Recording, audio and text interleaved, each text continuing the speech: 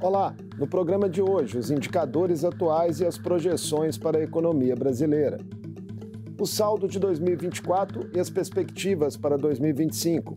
Os fatores que têm influenciado em percepções negativas da sociedade e do mercado e o que pode alterar os humores da população. Eu converso com a economista e presidenta do Instituto de Pesquisa Econômica Aplicada, o IPEA, Luciana Servo. Bem-vinda ao Mundo Político, Luciana. Um prazer recebê-la aqui na TV Assembleia. Muito obrigada, o prazer é todo meu de a gente poder estabelecer esse diálogo aqui. Luciana, o Brasil fechou 2024 com um crescimento do PIB acima do que era projetado. E o IPEA previu para 2025, em sua carta de conjuntura, uma estimativa de 2,4% para o indicador, ressaltando que ainda há níveis elevados de incerteza, para esse período.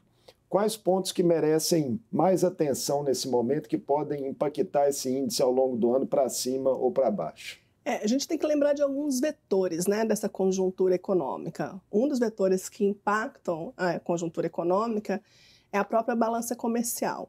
A gente vinha de um momento de uma balança comercial favorável, com as exportações maiores que as importações, mas quando a gente chega nos últimos trimestres de 2024, o ritmo de crescimento das importações é maior do que das exportações brasileiras. Isso faz que o saldo líquido da balança comercial brasileira, as exportações líquidas, apresentem uma tendência de redução ao longo desse período.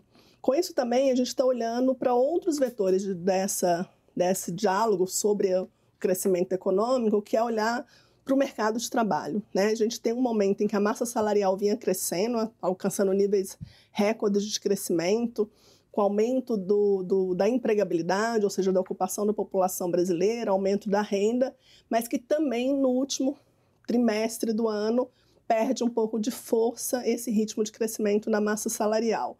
Ao mesmo tempo, a gente tem também uma redução do dinamismo da agropecuária. A gente é um país ainda agroexportador. Nossa balança comercial e nossa economia é muito dependente da agropecuária e do minério, principalmente, E aí você tinha alcançado níveis recordes em 2023. 2024 a gente tem algumas crises climáticas importantes, Tanto secas no Nordeste quanto ao fato de você ter tido a grande crise do Rio Grande do Sul, que vão impactar também nesse processo de produção.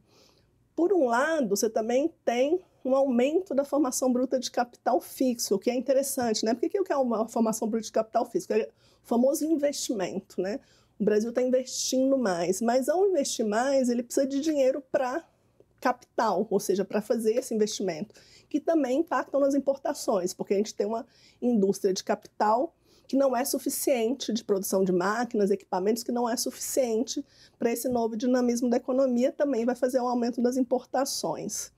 Isso por um lado, Você tem esses vetores importantes da economia. Por outro lado, o que acontece no final de 24 e que também está se espelhando em 25, é que você tem um aumento na inflação. Esse aumento da inflação ele está refletindo uma taxa de câmbio, uma desvalorização cambial do real, que vai impactar nos preços de algumas commodities também. Você tem o preço de algumas commodities no mercado internacional que são favoráveis ao Brasil caindo. Aí você tem alguns preços de produtos exportados do Brasil, como a soja, o minério de ferro, caindo. O do petróleo vinha subindo, mas cai também.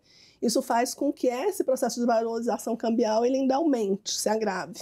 E aí, com esse conjunto de fatores, a tendência da economia dá uma desacelerada. E a princípio é isso, você tem um momento de inflação, você tem um momento também dessa desvalorização cambial sendo atrelada ao que a gente chama de, provavelmente, uma crise de confiança sobre o arcabouço fiscal, de que o governo vai cumprir as suas metas fiscais. Isso faz com que isso tudo impacte na economia brasileira. Você tem uma expectativa de crescimento da agropecuária esse ano, mas as questões no modelo de projeção, você tem várias incertezas. E aí, por isso que o IPEA mantém a sua projeção de 2,4% para o PIB. Em relação à política monetária, foi iniciado ainda em setembro do ano passado um ciclo de aperto que, segundo analistas, deve continuar aí pelo menos ao longo do primeiro semestre desse ano de 2025. O Planalto pressiona há bastante tempo por uma redução da Selic. Qual que é a sua visão sobre condições para que isso ocorra? Na verdade, você tem aí o que a gente chama de troca, né, ou trade-off, como a gente usa em economia, e uma taxa de juros altos para controlar a inflação, né, entendendo a inflação como uma inflação de demanda, ou mesmo de oferta, mas principalmente de demanda, e, ao mesmo tempo, a necessidade de investimento para alavancar uma economia que tenha maior valor adicionado. O que é o valor adicionado? É basicamente eu pegar os produtos que são os produtos primários, como o minério de ferro, a soja, e transformar em produtos mais industrializados. Quanto mais eu transformo esses produtos industrializados, maior valor eu tenho na venda desses produtos. Para isso eu preciso fazer investimento, para isso eu preciso reindustrializar a economia. Mas se eu tenho uma taxa de juros muito elevada, o incentivo a investir no mercado financeiro é maior do que o incentivo a investir no processo produtivo. Então, o que você tem é um balanceamento entre controle da inflação, que tem seu impacto, né, nas condições gerais de vida da população, e a necessidade desse investimento. E por isso que essa discussão sobre o que vai, né, para onde vai não é um ponto a taxa de juros, fácil. Não. E aí você tem um Banco Central que tenta, né, tem nas suas metas o controle da inflação, né, e aí trabalha no mercado de câmbio também para isso, mas que precisa, ao mesmo tempo, responder a esse lado real da economia, né, que é o lado da produção. E as condições do fronte externo, né? Por exemplo, manutenção de um ritmo de crescimento razoável na China e esse aumento de tarifas de importação recentes, né, anunciado pelos Estados Unidos com a volta de Trump ao poder. Como que isso pode afetar o Brasil? Na verdade, a China continuar a crescer como um mercado que importa determinados produtos do Brasil acaba podendo ser favorável ao Brasil em termos de exportação. Mas, de fato, o ritmo de crescimento chinês tem diminuído. E aí se pergunta, inclusive, se a China vai continuar crescendo num ritmo suficiente para sustentar as suas taxas de investimento mundiais e o próprio consumo nacional. Muito do que a gente exporta para a China também tem a ver com o consumo dos chineses, né? Não só o que ele usa no processo produtivo.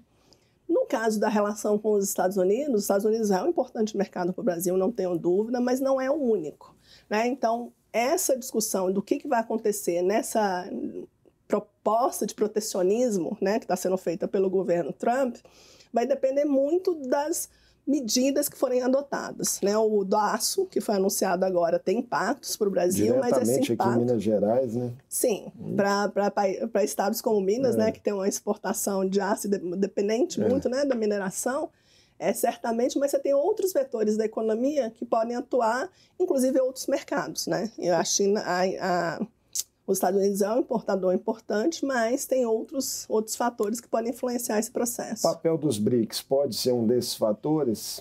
Os BRICS, a gente inclusive está na presidência brasileira dos BRICS, né? A gente esteve na presidência brasileira do G20 o ano passado, e esse acho um fator muito importante, que é a recolocação do Brasil na discussão multilateral. Você tem uma liderança do Brasil reconhecida no mundo em torno desse debate do que é o Brasil no mundo, em vários sentidos, inclusive como liderança regional e liderança dentro do BRICS. Quando você fala do BRICS, você tem várias questões. Uma é a geopolítica, né? Então a gente não está falando tanto só de economia, mas também dos poderes que têm as nações que estão nessa bipolaridade, eu diria, nessas disputas de espaço, né? Como grandes nações do mundo. Aí a gente está falando basicamente da China e dos Estados Unidos, e a capacidade de entrar em acordos para que isso não afete tanto as economias em desenvolvimento, né? O Brasil é uma economia em desenvolvimento, é uma economia, como eu disse, agroexportadora, muito dependente da exportação de matérias-primas e da importação de produtos de maior valor adicionado. Isso faz com que se haja necessidade de mudança no modelo de produção. Quando eu tenho esses dois polos, a disputa entre eles também tem que ser balanceada para o Brasil, né? O Brasil não pode adotar uma posição favorável só a um dos polos, um dos vetores, porque ambos têm importância para a economia brasileira. Olhando para os nossos setores, serviços, indústria e agro brasileiros, tem perspectivas similares para o ano ou algum deles pode sofrer mais? Na parte do agro, há uma expectativa de melhoria de safra, né? Assim, o setor está apostando muito na melhoria de safra, mas eu digo que nenhuma conjuntura ela está desvinculada da estrutura econômica, né? E essa estrutura econômica também está vinculada ao que a gente viu ano passado, que é essa questão da mudança climática. Então, quando a gente traz para o debate nacional e para o debate internacional os fatores estruturais da economia, é porque eles vão se refletir nessa conjuntura que a gente está vivendo. Então, tanto no G20 quanto nos BRICS, a discussão sobre a mudança climática é uma discussão relevante. E aí sim vem a questão, né? O fato dos Estados Unidos terem saído do Acordo de Paris, né, que estabelece metas de aumento de temperatura, tem implicações para o mundo, não é um país qualquer que está saindo do acordo. Pode se refletir até em investimentos, né, de diminuir aí esses investimentos que são esperados. E aí tem várias questões, né? Os Estados Unidos são um dos países com maior investimento direto estrangeiro e doações, né? Eles são importantes nos bancos multilaterais, eles têm uma participação grande nesses bancos multilaterais, então individualmente Estados Unidos e China são importantes, mas os Estados Unidos com um peso muito grande nos bancos multilaterais, e quando eu decido que a pauta climática não é uma pauta de relevância, né, mudança do modelo de produção não é uma pauta de relevância, isso vai se refletir nos debates que a gente vai ter, inclusive na COP30, que o Brasil também está liderando esse ano. Novembro, né, um momento importante para o Brasil. Luciana, agora conversar um pouco sobre inflação. Há uma preocupação grande nesse momento, né, sobretudo em relação aos alimentos, algo que pesquisas vêm apontando como um dos principais fatores para percepções negativas majoritárias da população sobre a economia. O que pode vir pela frente nos próximos meses? A gente teve uma inflação que, de fato, ela vem de alguns fatores. Essa restrição do lado da oferta, mas também o crescimento da demanda, né? Quando eu tenho ganhos de renda, é natural que eu faça o que a gente chama de substituição de produtos. Então, eu estava comendo uma carne de pior qualidade, eu começo a buscar ou não estava comendo proteína, né, animal, passo a comer proteína animal. O consumo de determinados alimentos, eu vou não só aumentando a quantidade, mas também a qualidade do que eu vou consumindo. O que aconteceu nesse período de inflação é que ela afetou exatamente dois elementos fundamentais da cultura brasileira, a proteína animal e o café. São na agricultura o café e na parte da agropecuária a proteína animal. Então, quando eu estou tendo ganho de renda, mas eu não estou vendo esse ganho de renda por conta da inflação se reverter numa melhoria na quantidade de alimentos que eu estou consumindo e na qualidade, a minha percepção é que eu não estou tendo melhoria de qualidade de vida. E para qualquer lugar do mundo, a inflação para a população é um fator relevante de bem-estar social. A percepção de que eu posso aumentar minha renda, aumentar a minha qualidade de vida é fundamental. Então, por isso que a preocupação também de que essa inflação não afete a qualidade de vida da população, seja reduzindo os custos de outros bens consumidos por essa população, ou investindo para que eu possa ter uma produção maior desses produtos que eu estou falando, é importante. Então, o governo tem instrumentos para tentar interferir em que medida, né, na oferta e nos preços da comida? Existem elementos que são o que a gente chama de tentar fazer estoques reguladores, organizar o processo produtivo, fazer investimentos, mas todos eles dependem também de medidas de médio e longo prazo. E, ao mesmo tempo, você também não pode fazer isso, dado outros elementos, trabalhando dentro dessa estrutura do arcabouço fiscal, né? Espaço para investimento no gasto público brasileiro hoje, ele tem determinados condicionantes. A opção que o governo tem feito é investir naquilo que seja infraestrutura de longo prazo, né? Então, a questão habitacional, que também impacta na população, é um investimento que tem sido feito novamente para tentar reduzir os custos da moradia, mas a parte da inflação de alimentos, de fato, ela vai depender muito dessa relação câmbio, produção e capacidade de aumentar a oferta com aumentos da renda. Se cogitou ali uma mudança, né, no sistema de validade dos alimentos, mas que nem repercutiu bem, né? Não, isso de fato, assim, eu falo que tem uma questão cultural na forma como você se relaciona, né, com sua base nutricional. Então, se eu falo na Inglaterra, vou substituir café por chá, isso vai ter uma repercussão diferente se eu falar isso no Brasil, onde o chá não é parte da nosso dia a dia, seja no trabalho, seja no nosso acordar, no nosso despertar. Então, é muito importante você entender onde os efeitos estão colocando a população e questionando, fazendo questionar esse ganho de qualidade de vida. A inflação, né, ainda sobre ela é suficiente, a seu ver, Luciana, para explicar o fato de, mesmo com a taxa de desemprego estando aí no menor nível da série histórica coletada desde 2012, com os estudos apontando redução da pobreza, a parcela significativa da população ainda seguir pessimista com a economia? Só a inflação explica? Não, eu acho que tem várias questões, né? Assim, se a gente olha o que é colocado como capacidade do Estado de cumprir a sua meta fiscal, né? Tem uma discussão muito grande na mídia, inclusive na carta de conjuntura a gente fala, olha, a gente não sabe nem se a base desse pessimismo do mercado em relação à questão fiscal brasileira, ela de fato pode ter uma projeção nesse nível, né? De que o Brasil não tem condição de ter uma responsabilidade fiscal. Mas isso tudo faz com que a população também olhe e fale assim, bom, o governo não está gastando muito, né? Que essa é uma coisa que é propagada. E eu não estou vendo isso refletir da forma como eu imagino no ganho de qualidade de vida, essas duas coisas se colocam. Além disso, a gente ainda tem um discurso de rede social, um discurso de comunicação muito polarizado. Né? Isso faz também com que a mensagem do que está sendo feito, como está sendo feito, ele chegue de forma muito segmentada na população. E a oposição, de fato, né, tem se comunicado bem nessas redes, né, conseguido expandir seus recados. Eu acho que uma das discussões agora, inclusive, né, na troca da Secretaria de Comunicação, é como você alcança a população para dizer o que você está fazendo.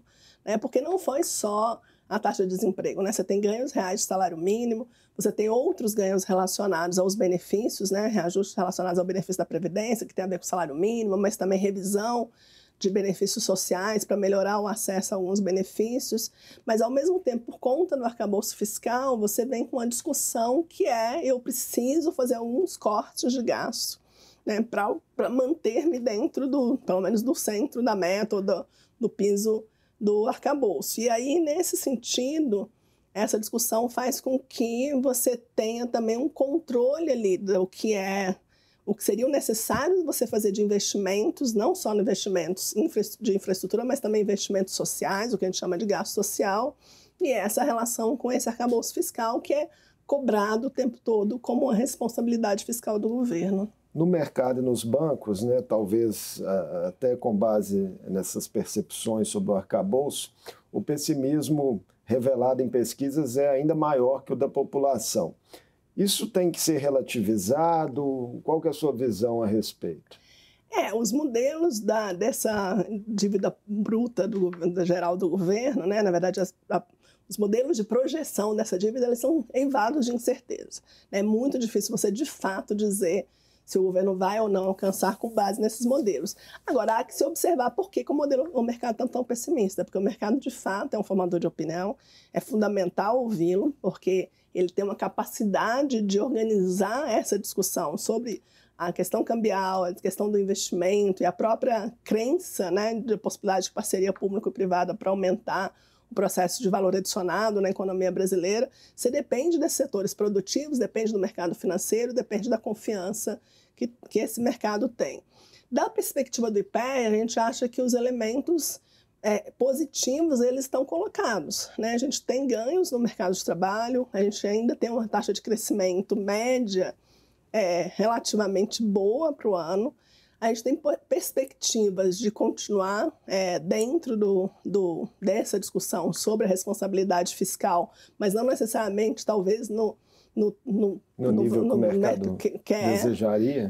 E aí isso é o grande debate, né? Para onde? Porque quando você tem um governo que ele diz, olha, os investimentos sociais são tão importantes quanto alcançar a meta fiscal, ou seja, eu quero alcançar a meta fiscal, mas eu também quero fazer investimentos sociais, esse balanço entre as duas coisas faz com que o governo talvez busque um valor menor dentro dessa banda do arcabouço fiscal e o mercado queira um ajuste fiscal maior, né? E essa eu acho que é o que está em disputa hoje, inclusive na discussão da própria taxa de juros. Você tocou na questão da dívida bruta, né? Mesmo em um contexto de arrecadação recorde, a dívida bruta do Brasil fechou 2024 em 76,1% do PIB, né, o que representou ali uma alta de 2,2 pontos percentuais no acumulado do ano. Esse crescimento é mais preocupante ou justificável, né, diante das demandas sociais que o país tem?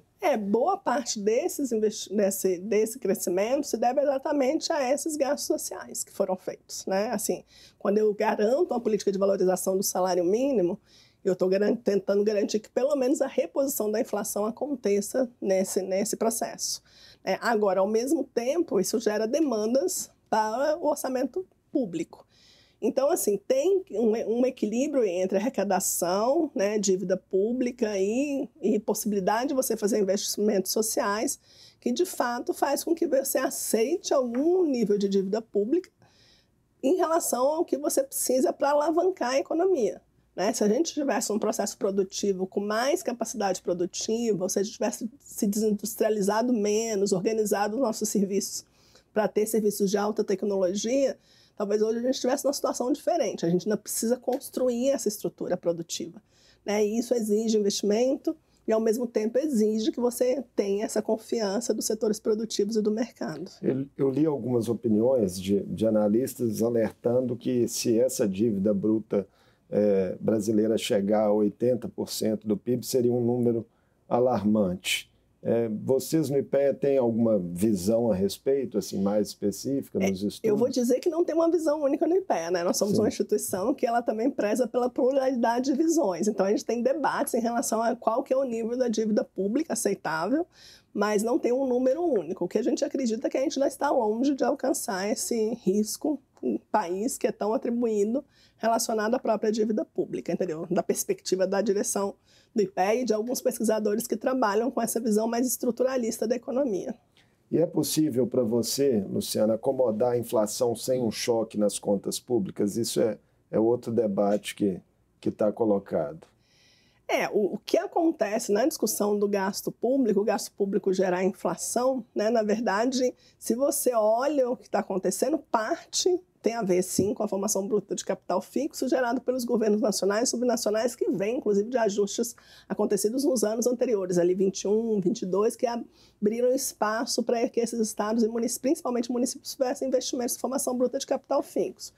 Agora, o nível de gasto do governo também é um nível em estrutura, né? O gasto público hoje, uma parte dele é para prover serviços de educação, de saúde e outros serviços. Então, esses serviços, eles também geram emprego, geram renda e alavancam a economia. O que você precisa é que o lado produtivo, junto com essa geração de renda, ela seja equilibrada. E eu acho que é aí que está a questão de gerar um espaço para investimento, que não vai ser só público, mas o Estado é muito importante nisso, para que você possa mudar as condições estruturais da economia brasileira. É um nó complicado. É um nó complicado. E não é um nó simples nem para a gente, nem para a América Latina, né? A América Latina está há muito tempo com taxas de crescimento do PIB ali que não conseguem fazer os anteriores milagres, né? Então, cada vez a gente está no nível de crescimento do PIB que é ali em torno de 3, 4, 2% na média, mas tudo isso porque a gente precisa também fazer mecanismos de integração regional, né? A gente tem que entender que a América do Sul como um bloco, por exemplo, o Brasil tem exportações líquidas para países da América do Sul maiores do que para outros países. Então, a relação comercial entre países da América do Sul, por exemplo, também é um alavancador desse crescimento, né? A integração latino-americana, a integração sul-americana é um alavancador desse.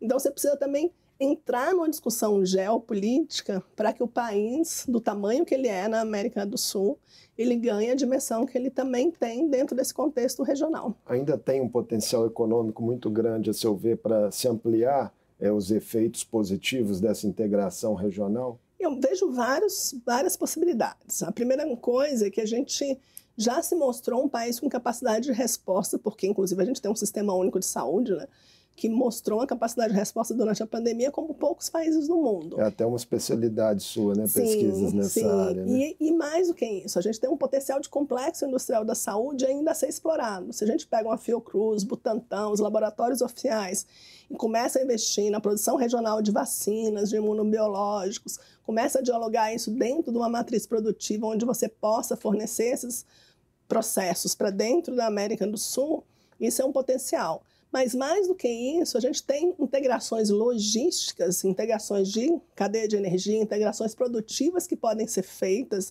relacionadas, por exemplo, à questão climática, né? A gente tem países na América do Sul que são absolutamente importantes na produção de minérios críticos, né, que a gente chama de minerais críticos para a transição energética.